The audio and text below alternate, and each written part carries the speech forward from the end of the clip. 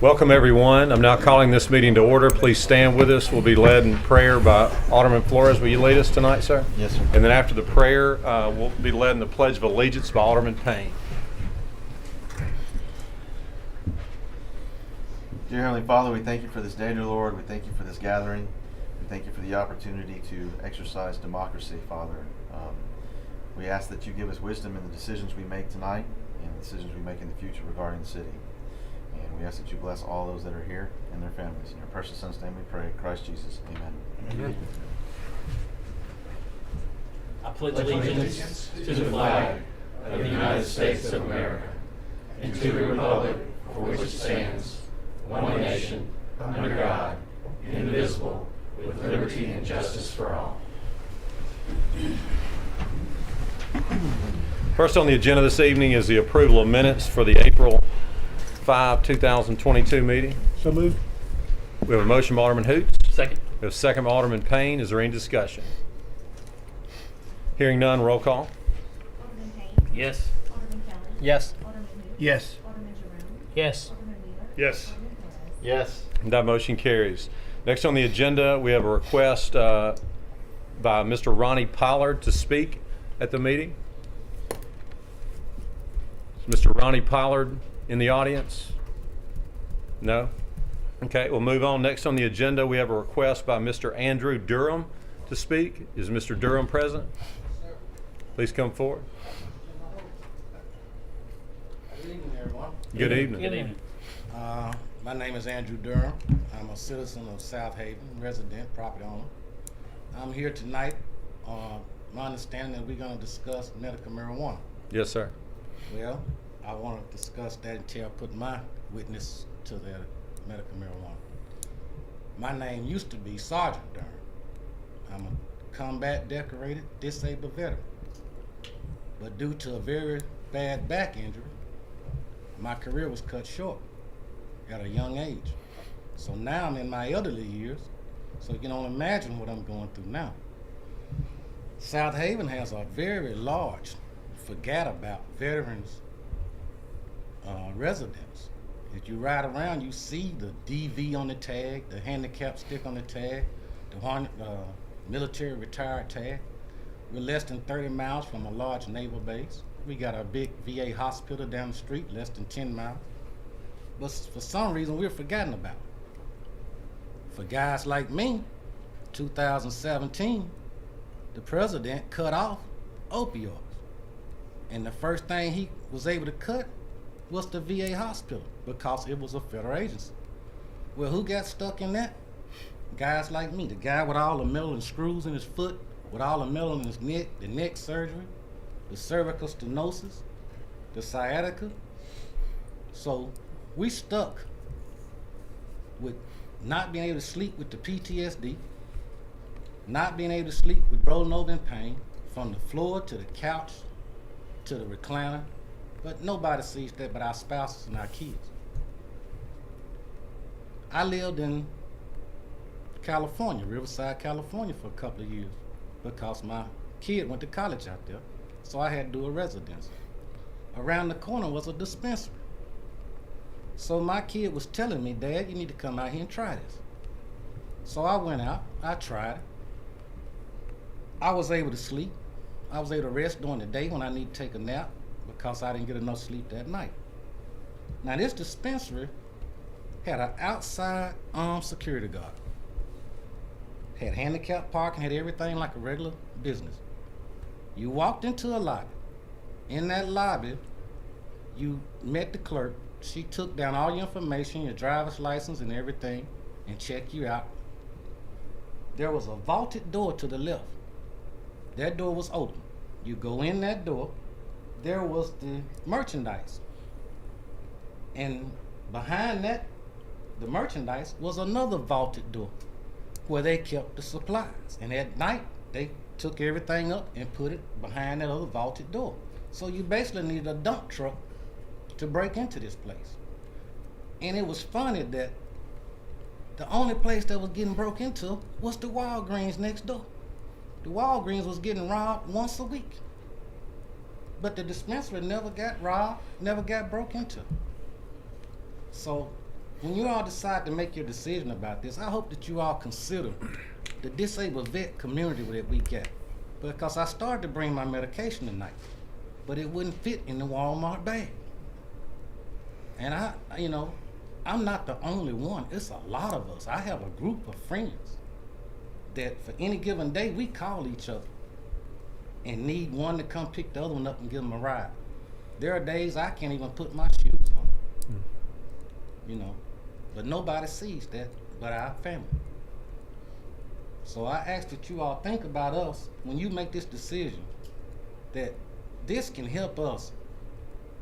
No opioids, no psychotic meds. I'm not saying that against anybody, but I'm just letting you know what we go through. And it's a lot of us. It's a lot of us in Southaven. So I thank you all for listening to me, and I hope you all consider it. Well, let me say this. First of all, thank you for your service. I admire you for what you sacrificed for the country, and it's an honor to know that you live in Southaven. We appreciate you being here, and again, can't thank you enough for your service to our country.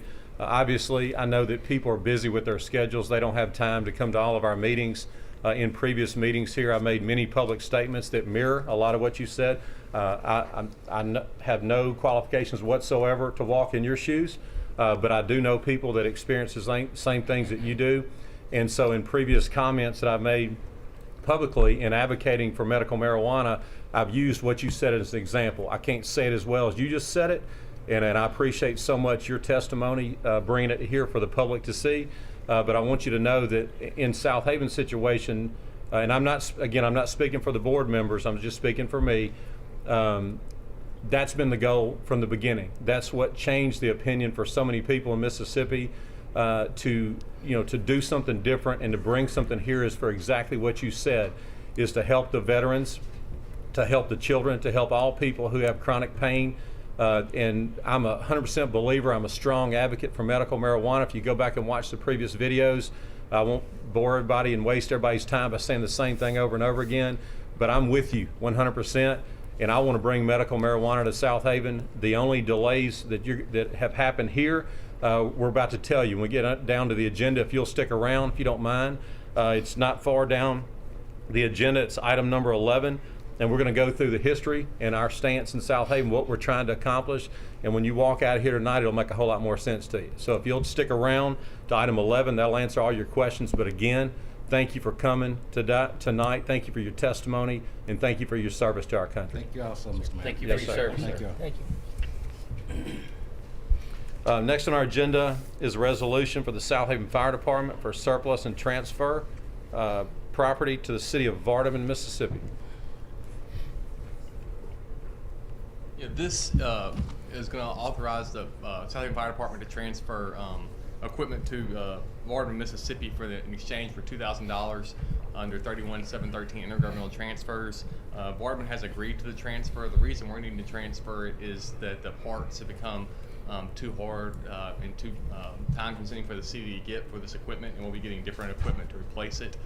So tonight, just need authorization for the mayor to sign the resolution, and either the mayor or chief scallions to sign the agreement with Vardaman County the city of Vardaman for this transfer. So moved. Second. We have a motion by Alderman Flores, second by Alderman Wheeler. Is there any discussion?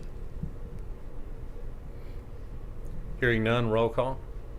Alderman Payne. Yes. Alderman Kelly. Yes. Alderman Hood. Yes. Alderman Jerome. Yes. Alderman Wheeler. Yes. Alderman Flores. Yes. That motion carries. Next on the agenda is approval of the city standby and callback policy. Yeah, this policy was drafted by Melanie, our HR director, getting our standby and callback policy in line with the Fair Labor Standards Act. It sets forth the requirements and the obligations for department heads and the employees with this policy. It does a good job of mirroring the Fair Labor Standards Act. And so tonight we need authorization for this for this policy to be added and or amended to our employee handbook as presented. Mr. Mayor, I'll make that motion. Second. We have a motion by Alderman Payne, second by Alderman Kelly. I'll start just a quick discussion. Thanking Melanie, our HR director. As I've mentioned in previous meetings, Melanie has gone through her handbook. She's trying to address everything, make us more professional. Everything in there is to not only protect our employees, but also to allow us, like in this situation specifically, to lay out the policy on our commitment to our citizens and giving better service to our citizens. And so I appreciate Melanie's efforts. And any other discussion? Quick question, is a standby employee allowed to make plans, to do whatever they wanted to do, to go to a restaurant, or are they at home standing by? Well, that's the whole point of standby, is they could be called to work at any given time, so they would have to adjust their schedule. Nick? I mean, they can make plans, but yeah, they need to be aware That they could be called into work? Yes. Yeah. Correct. Okay. Any other discussion? Are there times that they, maybe scheduled not to be on standby, or if they're selected to be a standby employee, are they always on standby? I think it's going to alternate with the department head. As far The as answer would be no. Yeah. It depends who. Everybody wouldn't be on standby. It would be what the department's needs are on any given time. Yeah. Okay. Any other discussion? Hearing none, roll call, please. Alderman Payne. Yes. Alderman Kelly. Yes. Alderman who? Yes. Alderman Jerome. Yes. Alderman Wheeler. Yes. Alderman Flores. Yes. That motion carries. Next on the agenda is a rejection of bids for the city commissary equipment at the amphitheater. Yeah, this previously went to bid for the commissary equipment at the amphitheater. The bids came back, I think, a little bit higher than was expected. So the recommendation from the Parks Department and from Todd Nastry is to reject the bids, let them review and the specs and what's needed, and seek either new bids or quotes as needed for this equipment in the future. So tonight, the authorization is for. I'll make that motion. Second. We have a motion by Alderman Wheeler, second by Alderman Flores. Is there any discussion? Hearing none, roll call. Alderman Payne. Yes. Alderman Kelly. Yes. Alderman who? Yes. Alderman Jerome. Yes. Alderman Wheeler. Yes. Alderman Flores. Yes. Okay, that motion carries. Next on the agenda is a bid award for the purchase of 2 new ambulances for our Southaven Fire Department. Yes, the fire department went to bid for the 2 ambulances. We received 1 bid, and I can't read. That's too far away tonight, but the notes. But and I left my notes at my chair up there. But anyway, received 1 bid, and for both ambulances, and it's $662,164, and that will include the IV pole and the equipment hook as well. So tonight, authorization to accept the low bid and the only bid in the amount of $662,164, and authorize the mayor and/or Southaven Fire Police or Southaven Fire Chief to take all actions for the new ambulances. I think those will come in.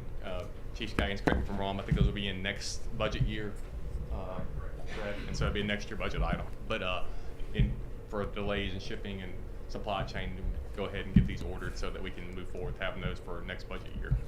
I will make that motion. Second. We have a motion by Alderman Flores, second by Alderman Wheeler. Is there any discussion? Are those both the same price?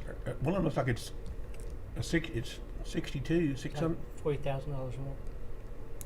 Yeah, I think that they've confirmed it was $662,164 on those.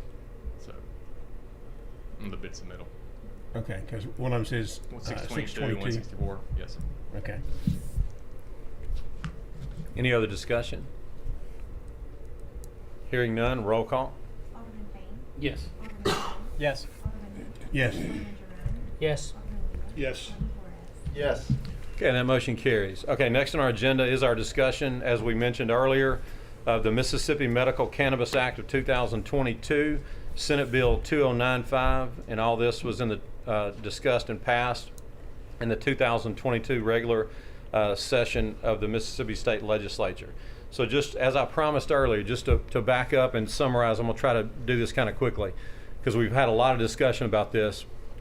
So in Southaven, well, first of all, let me start with this. I know people are passionate about this issue. This is one of the biggest issues, definitely, of my political career, and obviously it's new for the state of Mississippi, so this was a big deal. I know people have strong feelings about it, and I've talked to many, many people about it, and so I want to say it again. Please listen to what's going to be said tonight, because a lot of people let their emotions kind of carry them away and close their ears a little bit, and they feel like that someone is trying to fight them because they've been fought by other people, okay? So I'm gonna start with this. I voted for Initiative 65. I want medical marijuana in Southaven. And Initiative 65, I've had some people that have reached out to me and said, if you opt out, you're going against the will of the people. So first of all, let's set the record straight. Initiative 65 died because of the Mississippi Supreme Court. That's who killed Initiative 65. Nobody up here killed Initiative 65. Nobody in Olive Branch, nobody in Horn Lake, nobody in Hernando, nobody in Walls. No city killed Initiative 65. That was the Mississippi Supreme Court. So now that we got that, let's move on. So now, as I mentioned, in Southaven, I wanted to be one of the first cities to bring medical marijuana here for the reasons earlier that Mr. Durham, everything that he said, I can't say it better. That's why we want medical marijuana here. So what happened is, after Initiative 65 died, the state legislature passes the bill. And this bill is much different, by the way, than Initiative 65. In this bill, the reason many cities are opting out, or what they had concerns about, is zoning. And so let me explain this to you, and if we can, my IT team, if y'all will start. Zoning is everything in a city. And if I tell you, of all the things that citizens contact me about, zoning is one of the top 3. Like, they'll say, hey, why is there a convenience store on this corner, Mayor? Don't we have enough convenience stores? Don't we have enough warehouses? Don't we have this, this, and this? I just built a $500,000 house. Are we really going to let a warehouse come next to me? Those are just some examples. It goes on and on and on. Our planning director could tell you much more about that. Zoning is crucial for a city. It's crucial for your economic health. Everything in the city has to apply by zoning authority, except this law initially, the way we interpreted it. So that was our concern. So all we were asking for is for the law to be tweaked in Section 19 when it relates to local zoning. All we were asking for is that there be language in there that allowed cities to have zoning authority over dispensaries like we have Walgreens, CVS, every drugstore, and every other business in the city. That's all we're asking. Okay, so let me tell you about the timeline. When we asked for that, our city attorney, Nick Manley, and me, we wrote the amendment and sent it to Senator Blackwell, who authored the law. And so Senator Blackwell was very receptive to that. We reached out to MML, which is the Mississippi Municipal League, which is the official organization of cities throughout Mississippi. So we share ideas, we work together for the health of all cities. We reached out to them. Senator Blackwell asked them, are you in agreement with Mayor Musselwhite in the city of Southaven? They resounded strongly, yes, we are. We want the same thing. So that was working. As y'all know, the income tax removal issue was the #1 issue of this state legislature. That's really all some people wanted to talk about. And so after they had passed the initial law, they really didn't, for whatever reason, they didn't bring it back up. So they didn't take our amendment and they didn't change anything. Well, at the same time, while we're waiting on the legislature to change the law, and that again is based on our city attorney, it's based on many city attorneys and many attorneys in general throughout the state, they all interpret it the way we did. They said, hey, this doesn't really give you zoning authority. So that was the city of Southaven, or my concern on behalf of the city of Southaven. Well, in the meantime, just to make sure that we left no stone unturned, we wrote an opinion, our city attorney wrote an opinion to the state attorney general's office asking them, does the law in its current form give cities zoning authority for dispensaries? We did not get that back until Friday. On Good Friday, we finally get that back. And shocking to many people, many attorneys around the state, the AG's opinion indicates that the current law in its current form does give cities zoning authority of dispensaries and commercial zones. So when we got that, we were shocked, but that eases a lot of concerns. I'm not going to be the attorney. I'm going to let our attorney get into the details, but just very generally, I'm going to say that an AG opinion is just what it says. It's an opinion. It is not the law. So even though the AG says, hey, this is the way we interpret it, it is still possible that someone could sue the city and lose. So it's not the official law. It's an opinion of the law. And so, but it was great news to get that opinion. So at this point, again, I'm going to summarize it and wrap it up. on behalf of the city of Southaven, I've never said that I was against medical marijuana. In fact, it's just the opposite. I'm a strong advocate for medical marijuana. I want it here. I want it here as quick as we can get it here. And so now at this point, with the law gives cities 90 days to opt out. So the 90th day is May the 2nd. So this is the last board meeting before the opt-out date. So we didn't know all these things, like I told you, until Friday. So we have new information now. The law gives cities the opportunity to opt back in at any time. So you can opt out and you can opt back in. So at this point, I want to hand it over to our city attorney so you can walk us through the process of what the law says, what the AG opinion says on what we have to do with our zones to be able to accomplish our goal of having zoning authority.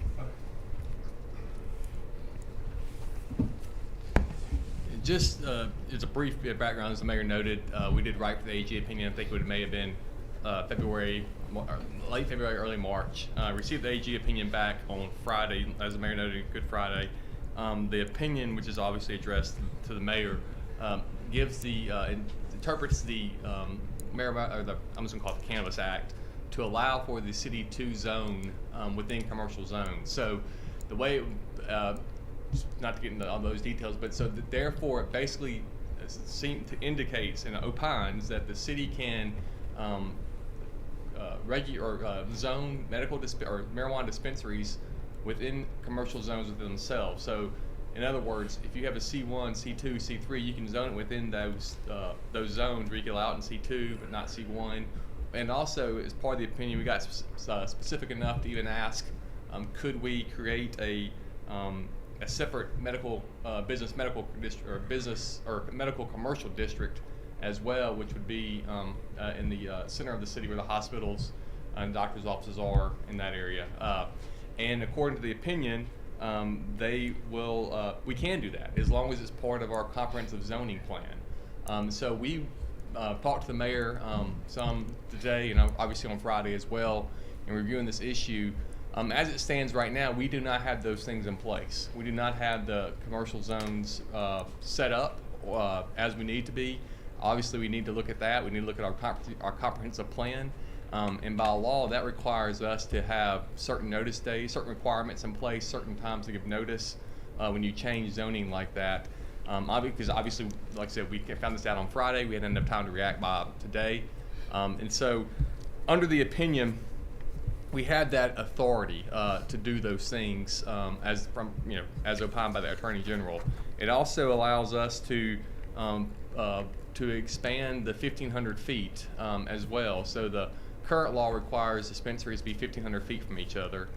This opinion notes that the 1,500 feet is a baseline that a city could go more, or not less, but could go more under its authority. However, the law does have the language in there that nothing that we do can make this impractical to let this be into effect, basically, for medical marijuana. So as it stands right now, and talk with the mayor, we can, from the planning department, this can all be set up to create a zoning to allow dispensaries for medical marijuana within certain districts within the city, or a district within the city for commercial districts as approved by the board, and as that would be consistent with our comprehensive plan. So what we'll need to do in order to make that come to fruition would be to actually go back, look at our comprehensive plan, possibly amend that to account for this new, obviously, category under the law.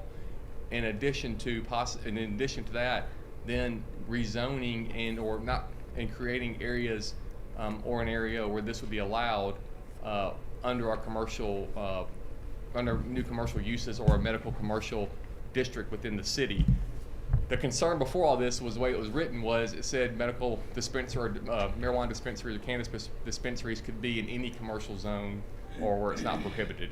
The AG has said, well, if you take the time, place, and manner language in the act and you apply that to this commercial area that you do have, the cities, you do have that authority under your zoning powers to regulate and distinguish within the commercial zone. So I'm kind of summarizing it and maybe trying to fit it all in real quickly, but that's it. I'm happy to answer your questions, but as the mayor noted, an opinion is not law. It's dicta. It's persuasive authority, which helps. But it is it's not the law, but it is the Mississippi Attorney General's interpretation of the law, which is obviously a very reputable source. It's the Attorney General's office. So that's the update for tonight. As it stands right now, in order to accomplish the goals that need to be done by the city, it would take another probably, I don't want to, 90 to 120 days to get everything in order. To make it where we can zone the areas that we need it to be, go back, have our planning department and the board look at our comprehensive use plan, along with also authorizing us to rezone those areas to make it where it's commercial uses in those areas that would fit within the character of that area and the goals of that area. In addition, my understanding of the law right now is the regulations are still coming, waiting to come out. So we're still waiting on the regulations from DOH. I know there's been some comment periods on some of them, but they haven't been official yet. And I don't think you can actually get licensed until July 1st when it goes into effect. And I think it's 30 days after that you can actually operate. That's my understanding. So you're looking at July 1 to August 1 timeline before you can even open a dispensary. So our goal would be, I don't want to speak for the board, the goal would be, if the board chooses, would be to opt out, because we need to get this in order, and then be able to opt back in once the commercial uses and the comprehensive plan has been amended, revised, to allow for the dispensaries to operate as zoned and recommended by the city, the planning department, and the mayor's office. So that's kind of it in a nutshell. I'm happy to answer any questions, and if I've confused the issue more, I apologize, but that's just kind of the overview from the AG's opinion that we got Friday, which is a very, very helpful opinion, but it also, we don't have time to accomplish the goals by May 2nd or May 3rd, because once that date happens, we have to operate under our current zoning. And right now, our current zoning doesn't make any distinctions for medical dispensaries. Just as the mayor noted, there are distinctions for a CVS and a Walgreens. We're just going to treat this as we treat anything else from a zoning capacity, based on it being a new product and where we would need it to be to fit our zoning needs within the city, and in compliance with our inconsistent approach with our comprehensive plan as well. So. Are the two areas in yellow the ones that are proposed? I was gonna, if I may, I was gonna walk. Can I do that now? Absolutely. So Alderman Flores brings up a great question. The two things that you're going to see displayed, and team, would y'all back up one for me and show the whole thing there? And so again, this is to explain the importance of zoning in a city, so everyone can see that. If you see the green, there's a few little pieces of really pale green, but the majority of what you see, that green, those are all agricultural districts in Southaven. So if you ask the normal citizen, are we an agricultural city? They'd be like, Southaven? Are you kidding? No, Southaven's dense, we're residential, we're commercial. You wouldn't think that there's that much agricultural zoning in Southaven. So I bring this as just an example to show you the importance of zoning. Every piece of green on there, as the law stands right now, there could be cultivation of marijuana right there. And so again, I think a lot of people would be for medical marijuana, but they would obviously be concerned if you had marijuana growing in every area in green there. So again, that just shows the importance of being able to zone. Then if we'll flip to the next one. And the key word, I know we have media in the room, the key word, media, is that first word on there is proposed, okay? So media, proposed. Nothing has been decided by the city of Southaven. What we try to do with this board is to move the ball down the field. Like, I don't show up at these meetings unprepared. I try to bring something of value to this board to help us make decisions quicker. So we go ahead and we do proposals. It doesn't mean the board's going to accept this. This is a suggestion that was initiated by our professional planning director, Whitney Cook. And then we've met numerous times about this. We've been talking about this since January. And this is a proposal that would create what Nick Manley is talking about, a new zone called a commercial medical zone. And if you look at this zone, I know it's hard for some of you to see. I'm gonna play teacher just a minute, point it out. But so the hospital is right here. So everybody knows in Southaven that around the hospital you have a branch off a lot of physicians' offices. So it's already somewhat of a medical district around the hospital. So here's Rasco Road up here, and then here's Goodman Road in the middle of the screen. And then if you get down here, this is where the town center mall is, and this is Nail Road down here. So if you look, you're going to see some vacant pieces of property all throughout this zone. And so, along with Whitney's suggestion, if you created a commercial medical zone, it would be in these boundaries of green. That's what we would suggest as far as keeping it what makes sense from a zoning standpoint. It puts it near the medical facilities, but then it keeps it away from your residential homes. We want to keep it away. If you'll note one specific thing we did on Airways, south of Goodman, if you get too far to the east, you're getting near these homes, Southern Pines and some other homes that are on Elmore. So we moved it off the residential area and put it in the already in the areas that are more conducive to commercial exposures right there. Anyway, so again, the key word, what's the key word? Everybody say it together. Proposed, right? So it's proposed. It's not anything, don't put it in the paper and say it's a done deal. It's not, but it is what would recommend to the board. It's what Whitney, your plan director, is going to recommend because it makes sense. Is it marijuana or is it medical marijuana? What are we talking about? We're talking about medical marijuana, right? So if you're talking about medicine, does it not make sense to put it in a medical district? And so that's the proposal there, and just as a starting point, and then the board will have to make the decision on which zone you want, or if you want to tweak that, or if you want to do something totally different. All I'm doing is bringing you a proposal tonight. But then again, back to Nick, unless y'all want to call a special meeting before May 2nd, you tell me what you want to do.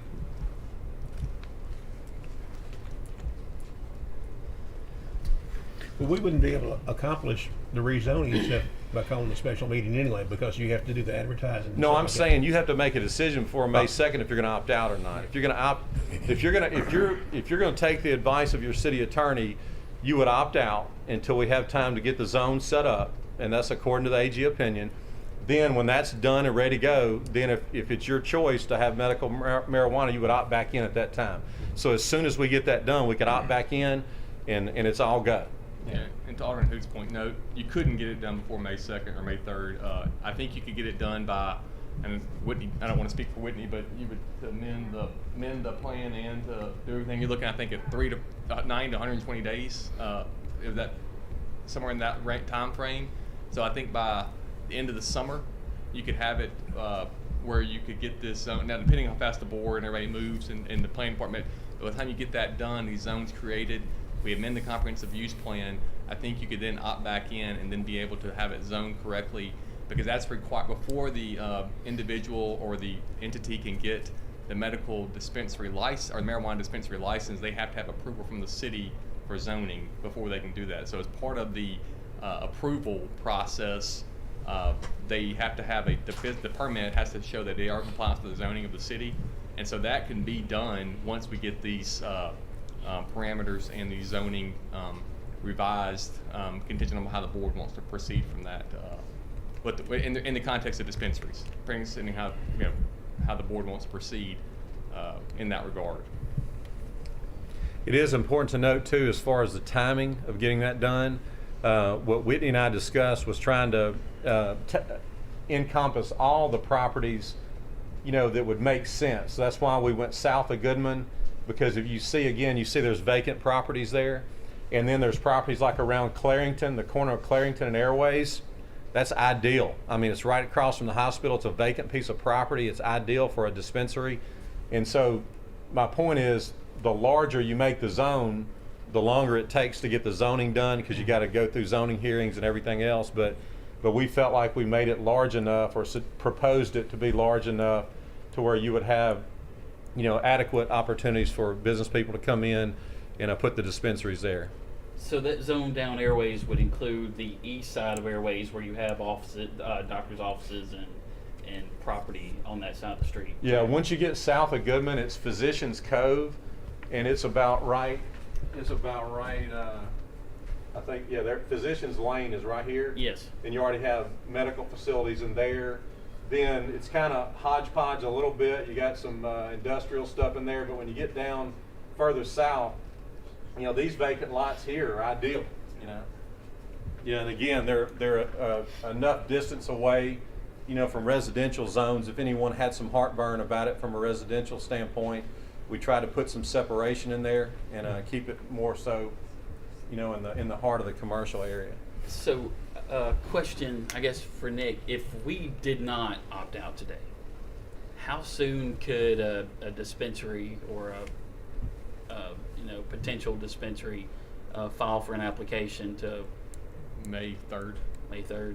And there would be we would have no rule in place. They could pretty much buy any property. They could apply for an application from a business permit from the city, not the application from the state, but from the city on May 4th, May 3rd, May 4th, whenever that would be.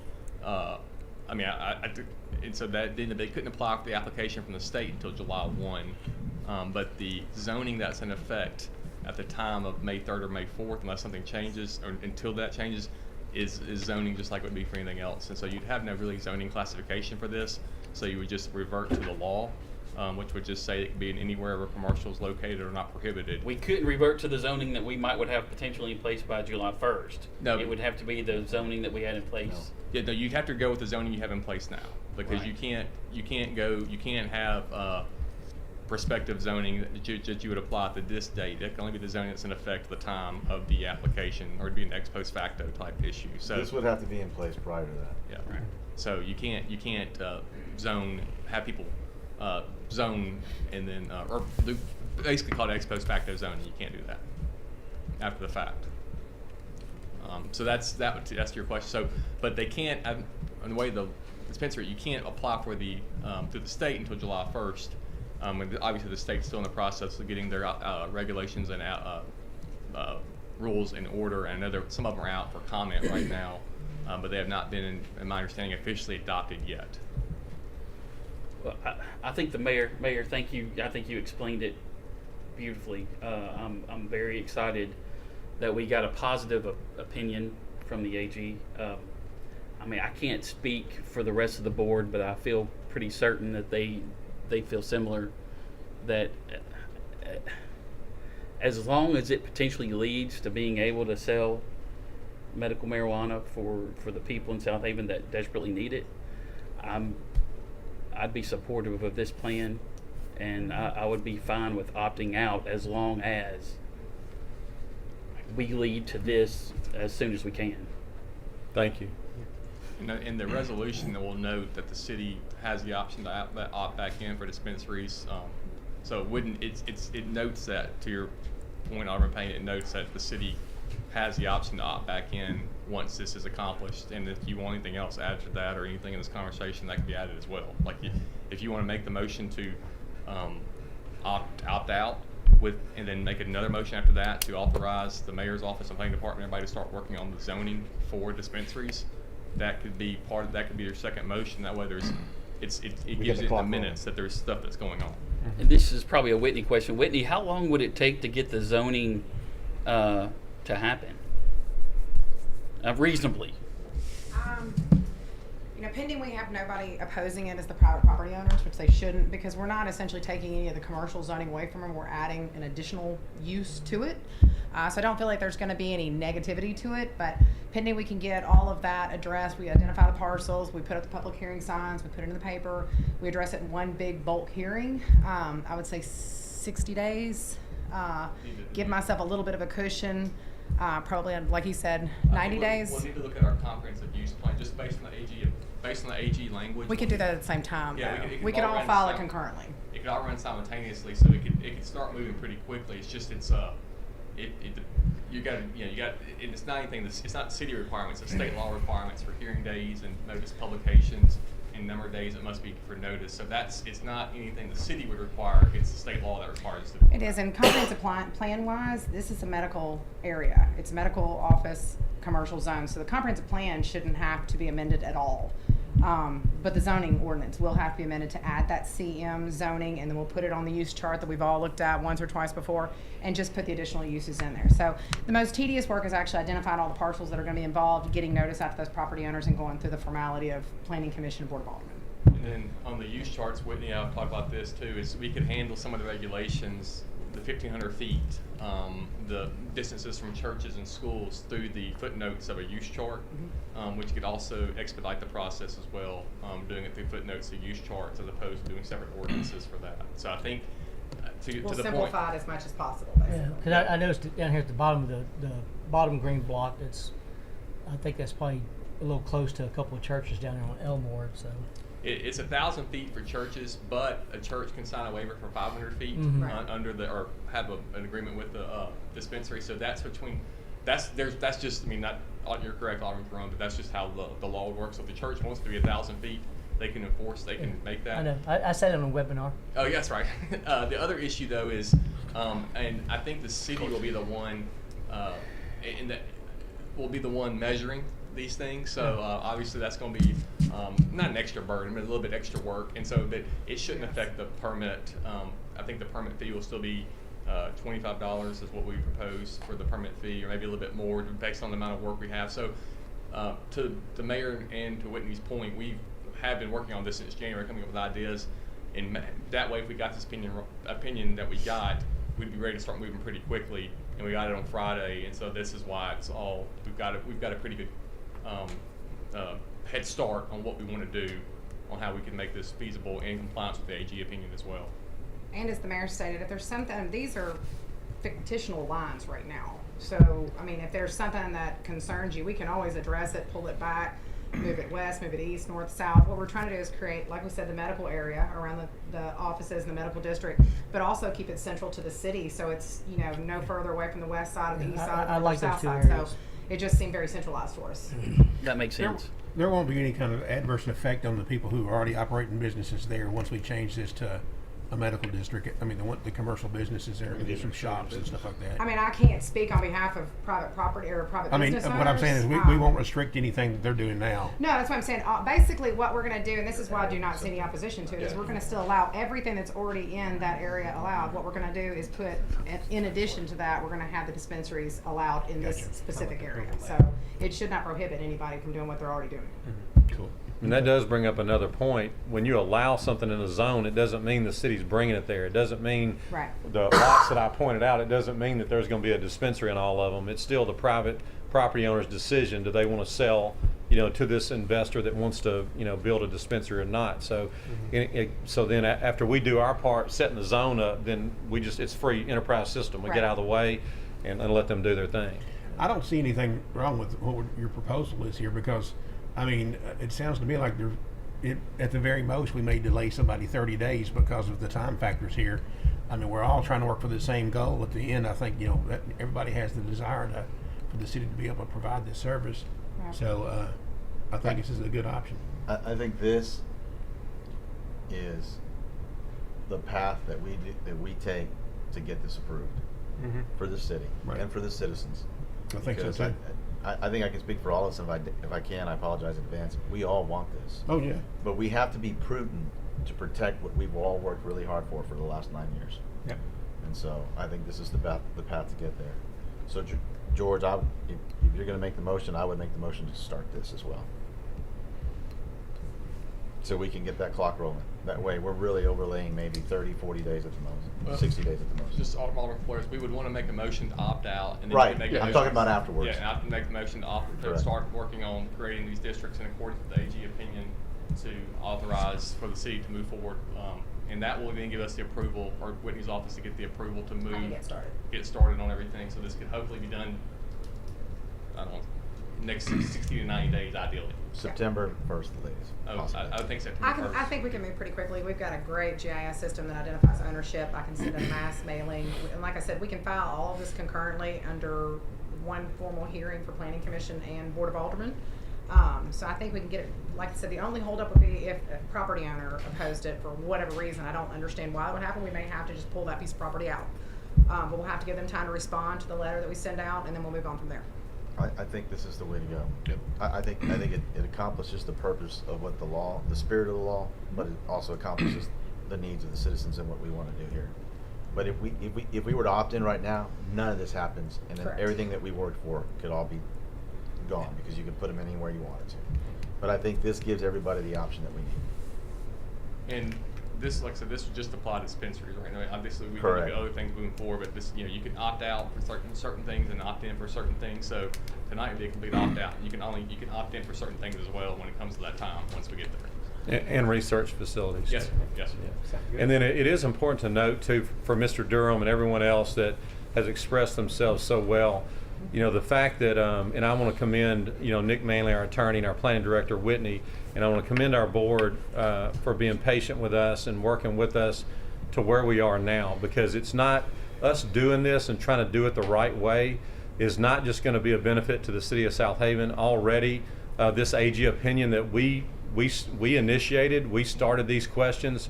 We recommended, as I mentioned earlier, that the law be changed so that circulated throughout the state. A lot of the cities were in agreement with that. And the AG opinion, as we speak, this AG opinion is helping many other cities in Mississippi bring medical marijuana to their cities faster. So I want to point out that Southaven has been a leader with this, and I commend my team and I commend this board as well. And so at this point, if there's not any other discussion, the recommendation by your city attorney is that we opt out tonight. So we'll need a vote to opt out. But then with the plan in the resolution, you have the plan to opt back in as soon as we get the zoning in place. And then Alderman Flores, I think, wants to make a motion after that to go ahead and accept the dimensions of the commercial medical district. So first, Nick, we need to vote. Real quick, you'll want to opt-out motion, and then after that, I don't want to speak for Alderman Flores, you would make the motion after that vote, make a motion to authorize beginning the process of creating these districts pursuant to that plan, with the understanding that may be revised somewhat, but it'll be in the minutes to reflect that. Yes, sir. Yes, When sir. that time comes, you're going to step back up to the mic. Well, Mr. Mayor, I'll make the motion that we adopt a resolution by the city of Southaven to opt out of the Mississippi Medical Cannabis Act of 2022 in order for us to prepare the zoning so that we can opt back in at a later date. Okay, we have a motion by Alderman Payne and a second by Alderman Flores. Is there any other discussion? Hearing none, roll call, please. Better than this. Peter just got up here and literally said that there was an access of availability, that they had to talk to each other and get rod from each other. So if you limit it on one section, you're limiting access. You're limiting access. Sir, you're not on the agenda. Please respect the meeting, okay? We've communicated this over and over. I think we've been extremely clear why zoning is important, and it's not to deny access. I disagree with you. It's not to deny access at all. That's completely false. We've been over and over how our goal is to bring medical marijuana to the people that need it, but we're not going to throw zoning out the window. So anyway, please don't make any further comments because you're not on the agenda. Any other discussion among the board? Roll call, please. Alderman Payne. Yes. Alderman Kelly. Yes. Alderman who? Yes. Alderman Jerome. Yes. Alderman Wheeler. Yes. Alderman Flores. Yes. That motion carries. Nick? Now, You make a motion to authorize the planning department and mayor's office to start working on zoning, that's consistent with the AG opinion, or consistent with the AG opinion in the context of medical cannabis, so that the city can opt back in at a future date once that zoning is complete. I will make that motion. Second. we have a motion by Alderman Flores, second by Alderman Wheeler. Is there any discussion among the board? Hearing none, roll call, please. Alderman Payne. Yes. Alderman Kelly. Yes. Alderman who? Yes. Alderman Jerome. Yes. Alderman Wheeler. Yes. Alderman Flores. Yes. Okay, and that motion carries. Next on our agenda is a resolution to clean private property. Mr. Mayor, I move we approve a resolution to clean private property as presented on the stage. Second. We have a motion by Alderman Payne, second by Alderman Kelly. Is there any discussion among the board? Hearing none, is there anyone in the audience that has a financial interest in any of the properties that would like to speak? Hearing or seeing none, roll call, please. Alderman Payne. Yes. Alderman Kelly. Yes. Alderman Hall. Yes. Alderman Jerome. Yes. Alderman Wheeler. Yes. Alderman Flores. Yes. And that motion carries. Next on the agenda is our planning agenda. Ms. Whitney Cook.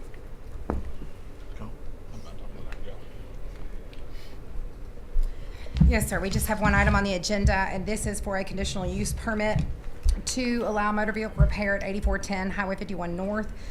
There is an existing towing facility here. You'll see it highlighted in the red. This is one of those older areas on Highway 51 that kind of built onto storage over the years of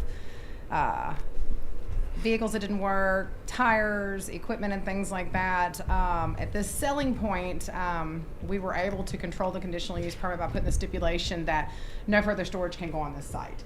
As a matter of fact, it has to be cleaned up. We can't do anything about the property to the north. We're slowly working on that one, but this one right here, the applicant has conceded to what the ordinance says in terms of concealed and unconcealed vehicles. All of the materials stored on site, like equipment or parts, have to be stored on the interior. A screened fence will be put in there, and if at any point in time we find that this is expanding, we can remove that conditional use permit. They did agree to that, so the Planning Commission voted unanimously in favor of it. 1-year conditional use permit with a 4-year extension once we review them annually. Mr. Mayor, I make a motion to approve the item on the planning agenda as presented this night. Second? We have a motion by Alderman Kelly, second by Alderman Hoots. Is there any discussion? Hearing none, roll call. Alderman Payne. Yes. Alderman Kelly. Yes. Alderman Hoots. Yes. Alderman Jerome. Yes. Alderman Wheeler. Yes. Alderman Flores. Yes. That motion carries. Okay, next on our agenda is our mayor's report. Wow, we're just now getting to the mayor's report.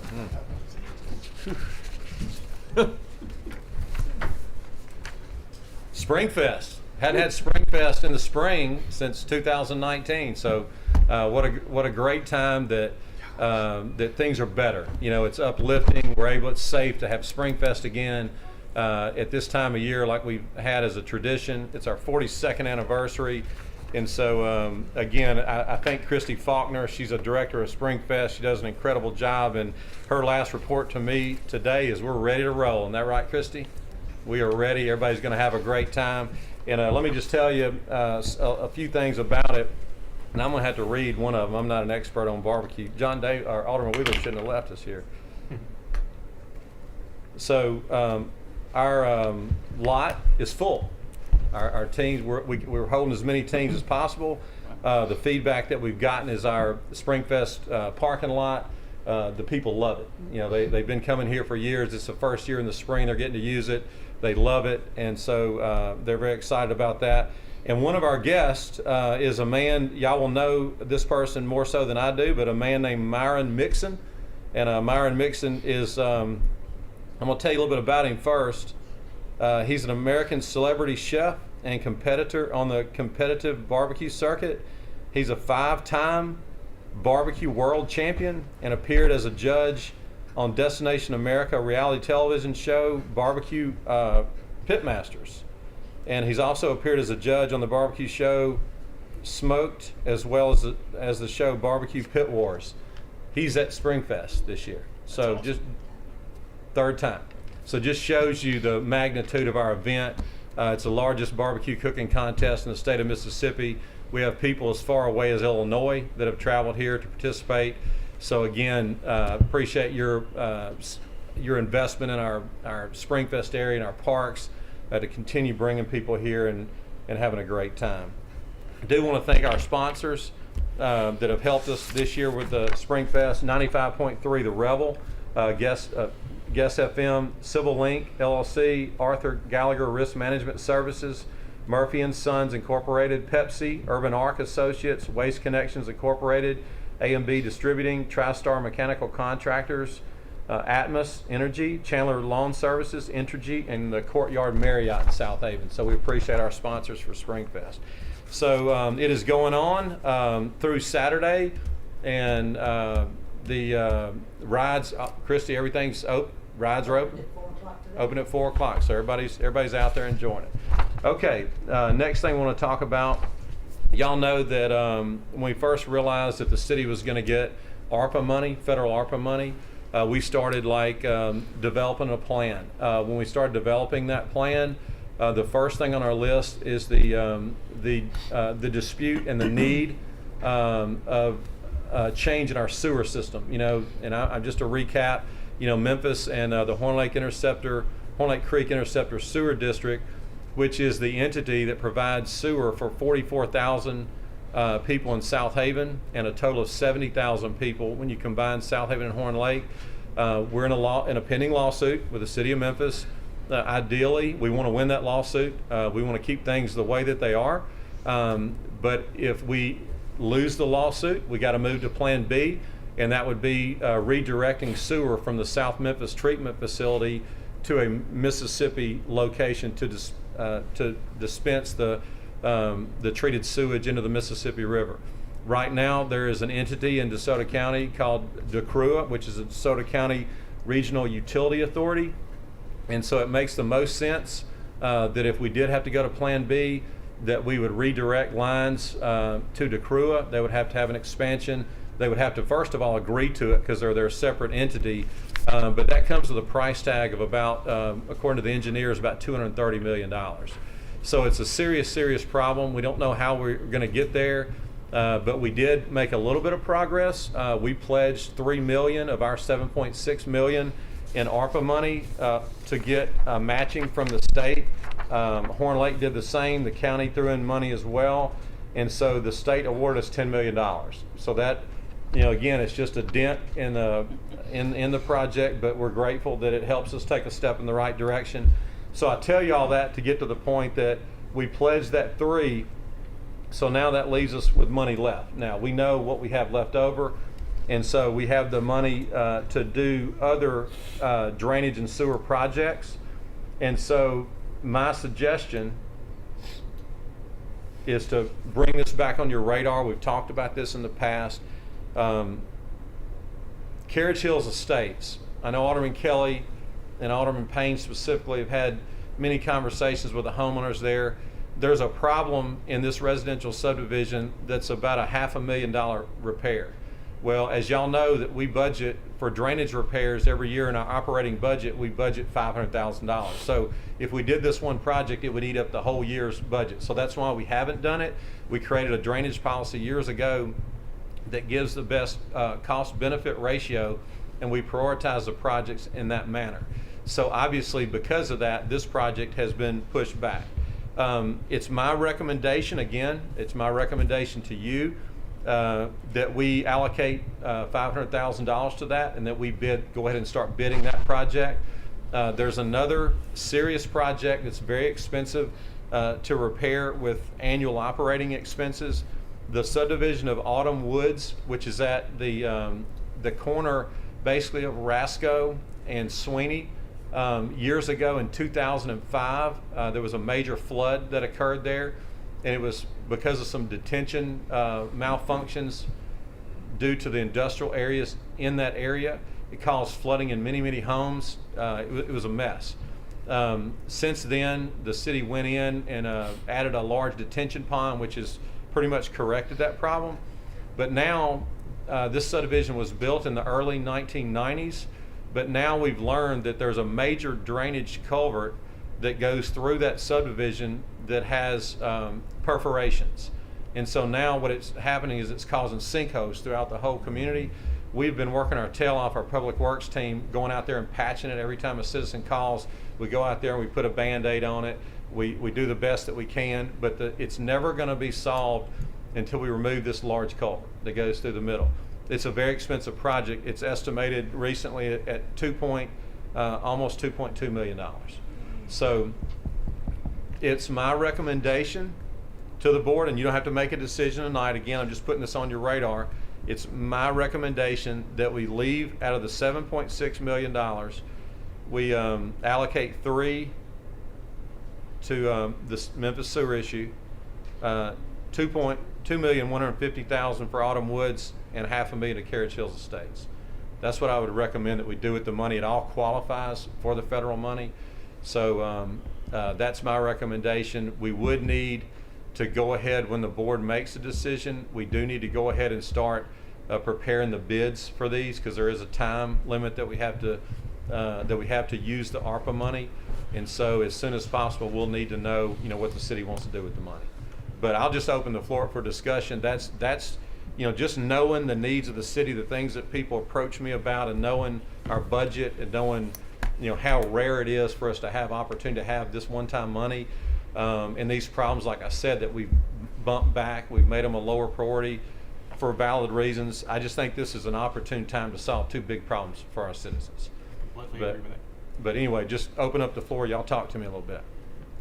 I think it's a great idea. I do have a question. If still concerned about the whole wastewater issue with Memphis and then moving to Tacrua, if we had pledged more than $3 million of that money, if we pledged all $7 million, would that have made a difference as far as would they have given us more than 10? They're in the grand scheme of things. The quick answer is yes. They were working off a 1-to-1 match is what their plan was. But again, it still would have been just a small bump. Oh yeah, it'd have been it's city giving up all of our money for a very, very tiny piece of the state's Right. money. So your return on investment would have been extremely small if we gave them all our money. Right. Yeah. Okay. Or if we pledged all our money. Good question though. Any other discussion about that? Where's that in Carriage Hills is the flood issue at? It's Carriage Hills Carriage Estates, Estates. It's Mill in a- Branch. Is It's that a newer bowl. part? It was Yes. Again, it was built in the late 80s. I got you. It's much newer than Carriage Hills, but yeah. What's the But- plan with the remaining 1.3? That would be and again, this is a moving target. Sure. Edie would testify to this. Like the rules have changed throughout the whole process. So you in the beginning, it was all about water and sewer. Sure. But now, it's my understanding now that they've allowed other infrastructure. You could resurface streets with the other. So we could use that, for street resurfacing.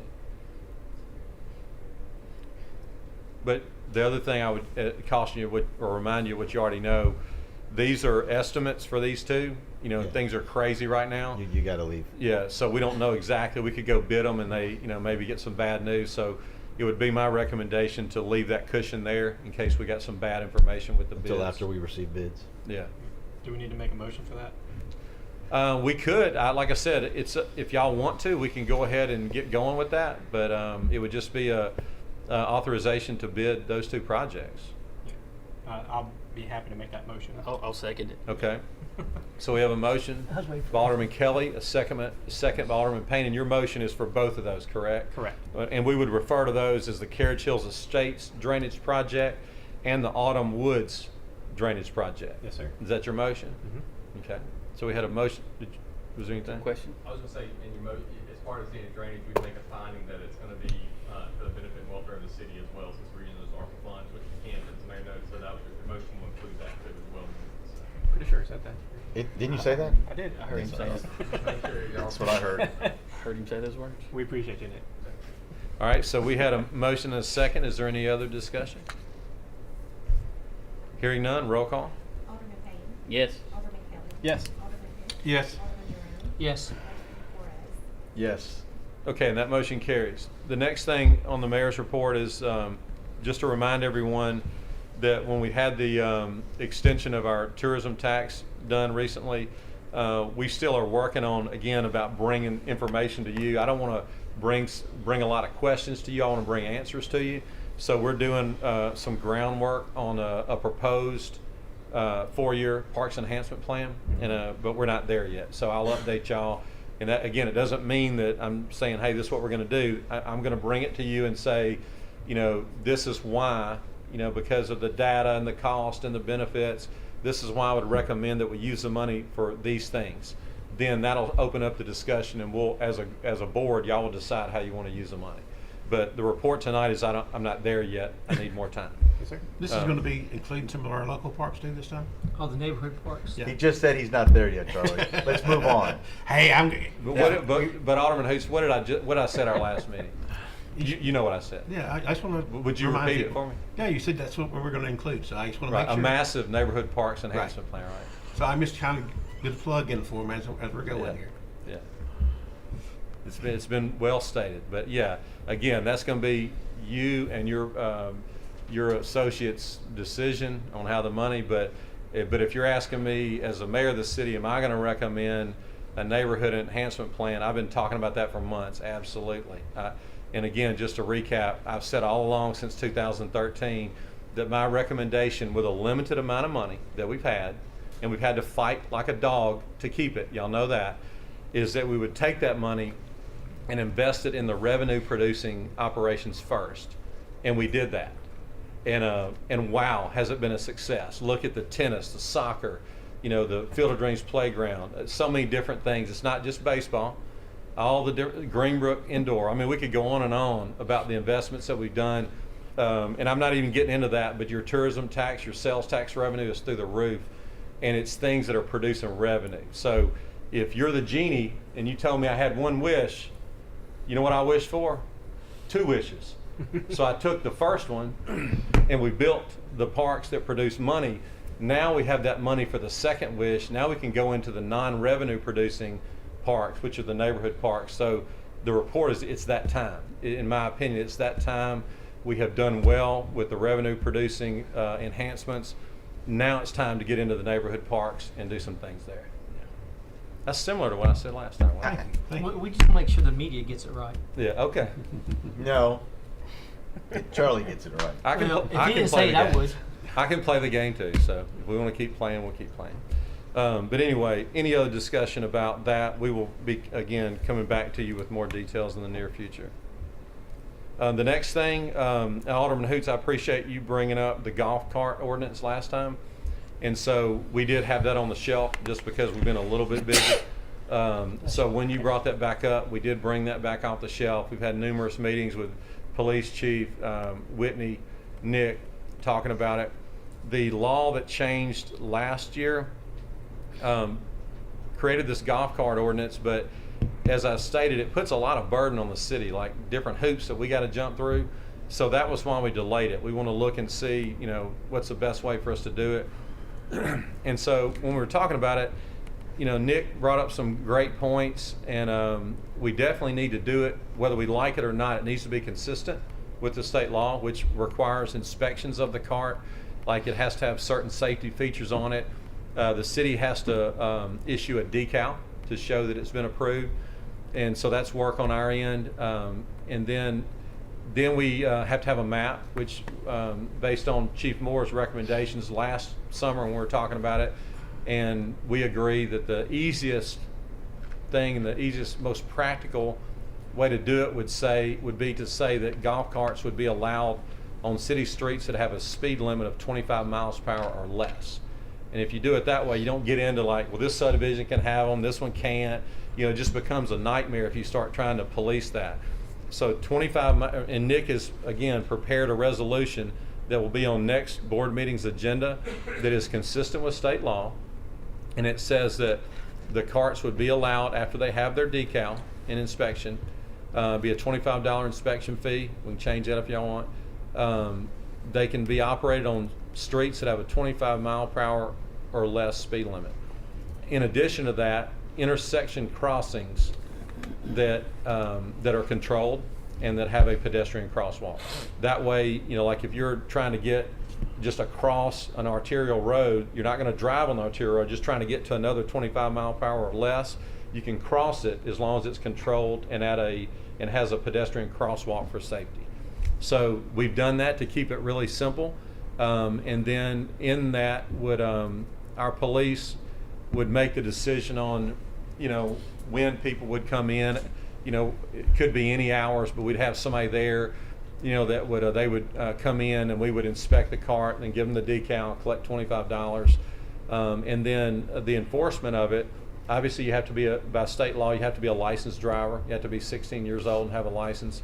But there would be one warning, like if somebody caught somebody doing something dangerous or whatever in violation, there would be a mandatory one warning, and then the second one there'd be a fine of like $25. And so that's pretty much, is that pretty much everything? And so that's in the golf cart ordinance.